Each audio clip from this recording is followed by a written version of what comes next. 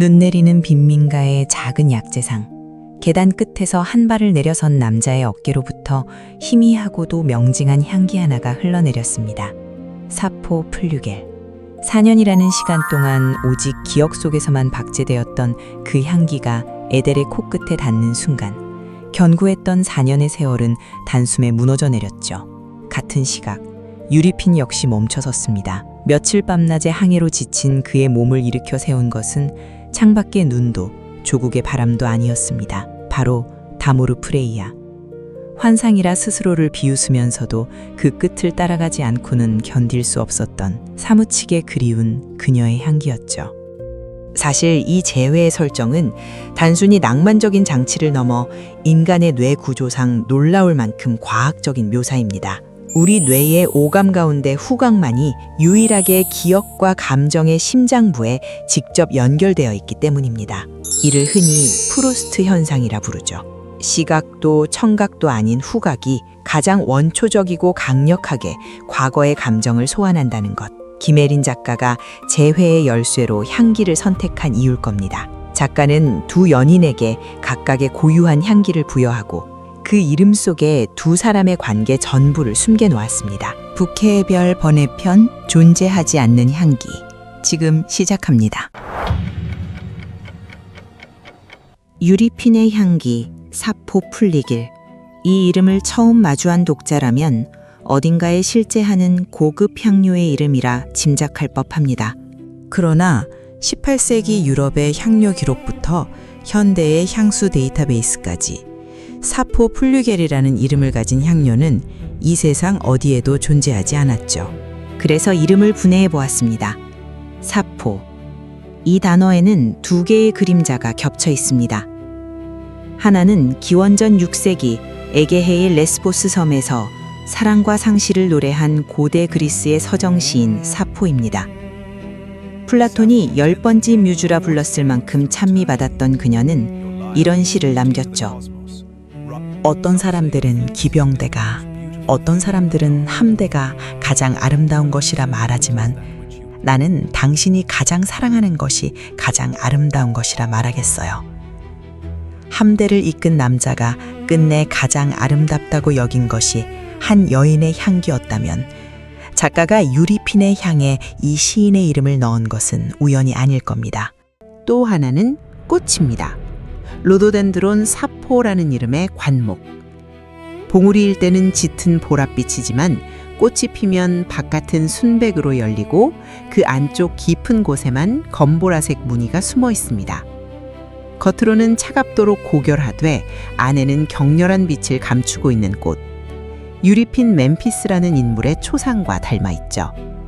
그리고 플류겔, 독일어로 날개라는 뜻입니다. 사포의 날개. 여기서 하나의 이름이 더 떠오릅니다. 유리핀이 이끌었던 해적 함대의 이름 슈바르츠 플류겔, 검은 날개. 사포 플류겔이라는 향기의 이름 안에는 시인의 사랑도, 순백 속에 보랏빛을 숨긴 꽃도, 그리고 부케를 가른 검은 날개의 기억도 함께 접혀 있었던 셈입니다.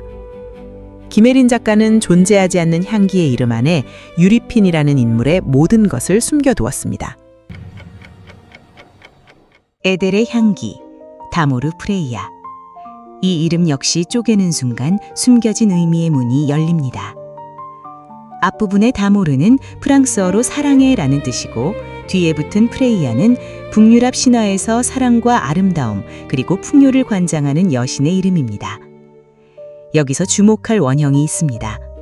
신화 속 프레이야는 단순히 사랑만 속삭이는 존재가 아니라 전쟁터에서 쓰러진 전사자의 절반을 자신의 궁전인 푸르크박느르로 직접 맞이하는 죽음의 인도자이기도 했습니다. 사랑의 여신이 돼 죽음의 문턱에도 서 있는 존재. 사랑하는 이를 사지로 보내고 죽은 줄만 알았던 그를 다시 맞이해야 했던 에델의 비극적인 운명이 이 신화적 도상 위에 정확히 겹쳐집니다. 두 단어를 합치면 사랑의 여신이 됩니다. 보드니아 왕국의 공주이자 정략결혼이라는 사슬에 묶인 채 오직 한 사람만을 갈망했던 여인. 그녀에게 사랑의 여신이라는 향기를 입힌 작가의 의도는 잔인한 아이러니이자 동시에 가장 아름다운 축복이었을 겁니다. 여기에는 18세기 역사적 고증도 정밀하게 숨어 있습니다. 당시 유럽 궁정사에서 프랑스어는 상류사회의 공용어, 즉 링구아 프랑카였습니다. 프로이센의 프리드리히 대왕조차 자국어인 독일어보다 프랑스어를 즐겨 썼고, 러시아의 예카테리나 대제 역시 궁정서신을 프랑스어로 작성했을 정도였죠. 북유럽의 가상왕국 보드니아의 공주에게 프랑스어와 북유럽 신화가 결합한 향기 이름이 붙은 것은 그 시대 귀족 사회의 이중적인 문화를 정확히 반영한 셈이죠. 이제 두 향기의 이름을 나란히 놓아보겠습니다. 사포 플류겔, 사포의 날개, 그리고 다모르 프레이아, 사랑의 여신. 유리핀의 향에는 날개가 있고 에델의 향에는 사랑이 있습니다. 날개를 달고 바다를 건너는 남자, 그리고 그 남자가 끝내 돌아오는 이유인 사랑의 여신. 각자의 향기 이름이 자기 자신이 아닌 도리어 상대를 가리키고 있었던 셈입니다. 유리핀에게 에델은 사랑 그 자체였고, 에델에게 유리핀은 자유의 날개였던 것이죠. 원작이 묘사하는 희미한 향운이라는 표현 역시 단순히 향이 약하다는 뜻이 아닐 겁니다. 사포 플류겔과 다모르 프레이아, 즉 날개와 사랑이 하나의 공기 속에 섞여드는 그 경이로운 순간을 김혜린 작가는 향운이라 부른 것이었습니다. 눈 내리는 약재상의 그 밤, 다모르 프레이아의 향기를 따라 계단을 내려선 유리핀과 사포 플류겔의 향기에 이끌려 발을 멈춘 에델. 두 사람을 제외시킨 것은 눈도 우연도 아닌 서로의 향기였습니다. 이름 속에 이미 서로를 품고 있었던 두 개의 향이 4년의 시간을 건너 마침내 한 공간에서 다시 만난 것입니다. 사람을 향기로 기억한다는 이 감각은 단지 작품 속의 로맨틱한 장치만은 아닙니다. 18세기 유럽의 귀족 사회에서는 그것이 지극히 당연한 일상이었습니다. 오늘날의 상식과 달리 당시 유럽의 목욕 문화는 극히 제한적이었습니다. 물이 피부의 모공을 열어 흑사병 같은 치명적인 질병을 몸속으로 옮긴다는 의학적 맹신이 널리 퍼져 있었기 때문이죠.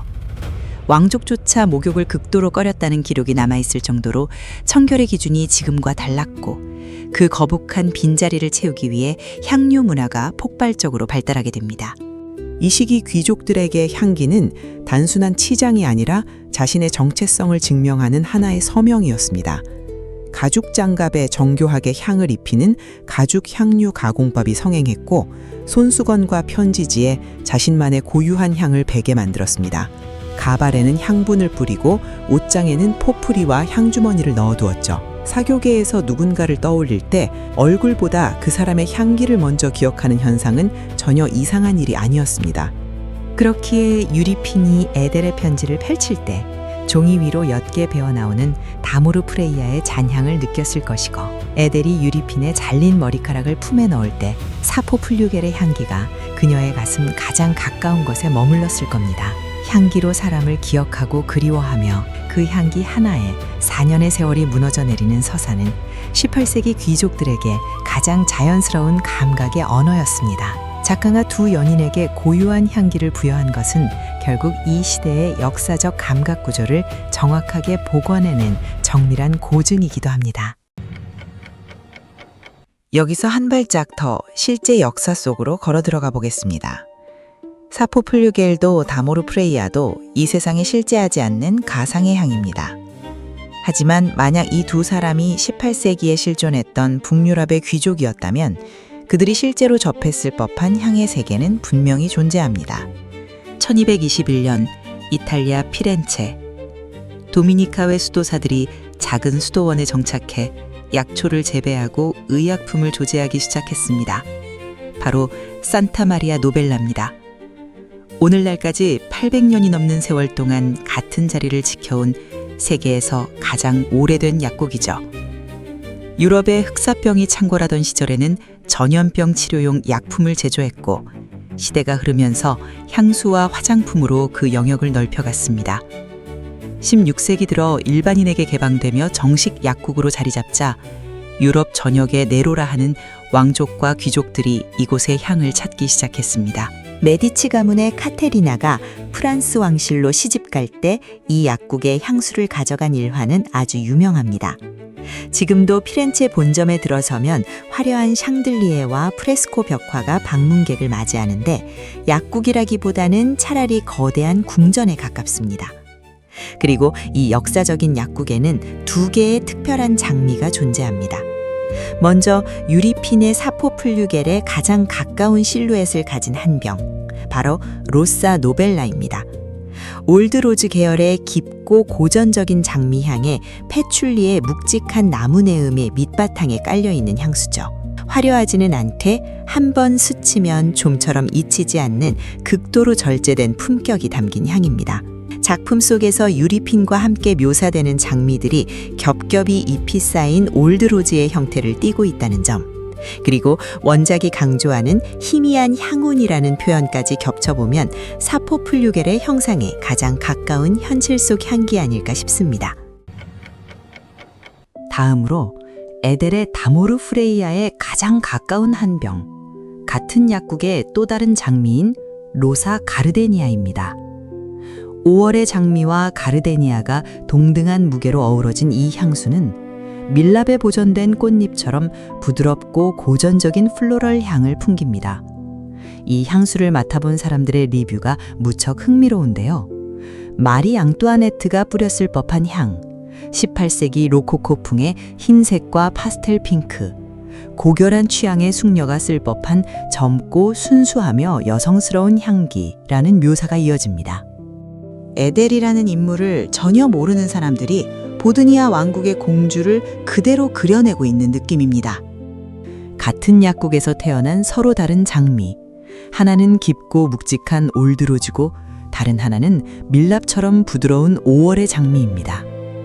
800년이 된 약국의 같은 선반 위에 나란히 놓인 이 두 병이야말로 이 세상에 존재하지 않는 두 가상 향기의 가장 생생한 그림자일지도 모릅니다.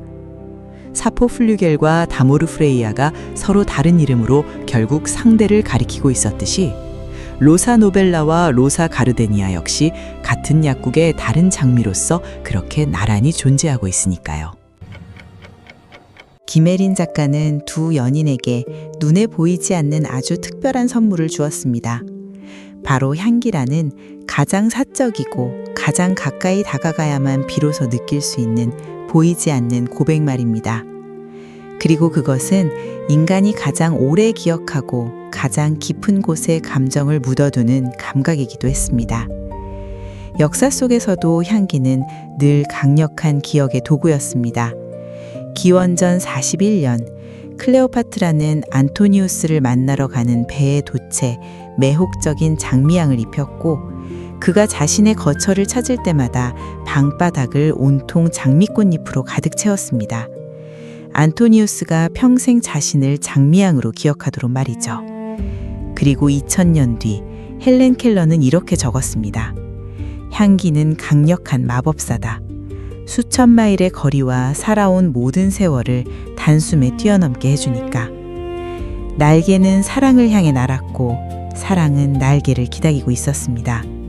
그리고 그 두 향기의 이름은 자기 자신이 아닌 오직 상대를 향하고 있었죠. 눈보다 먼저, 목소리보다 먼저 서로를 다시 알아보게 만든 단 하나의 후각적 기억이었습니다. 사포 플류겔도 다모르 프레이아도 이 세상 어디에도 존재하지 않는 향기입니다. 하지만 어쩌면 존재하지 않기에 오히려 영원히 사라지지 않는 것인지도 모릅니다. 김혜린 작가가 두 연인에게 남긴 마지막 선물처럼 말이죠. 여러분은 유리핀과 에델에게서 어떤 향기가 난다고 상상하시나요?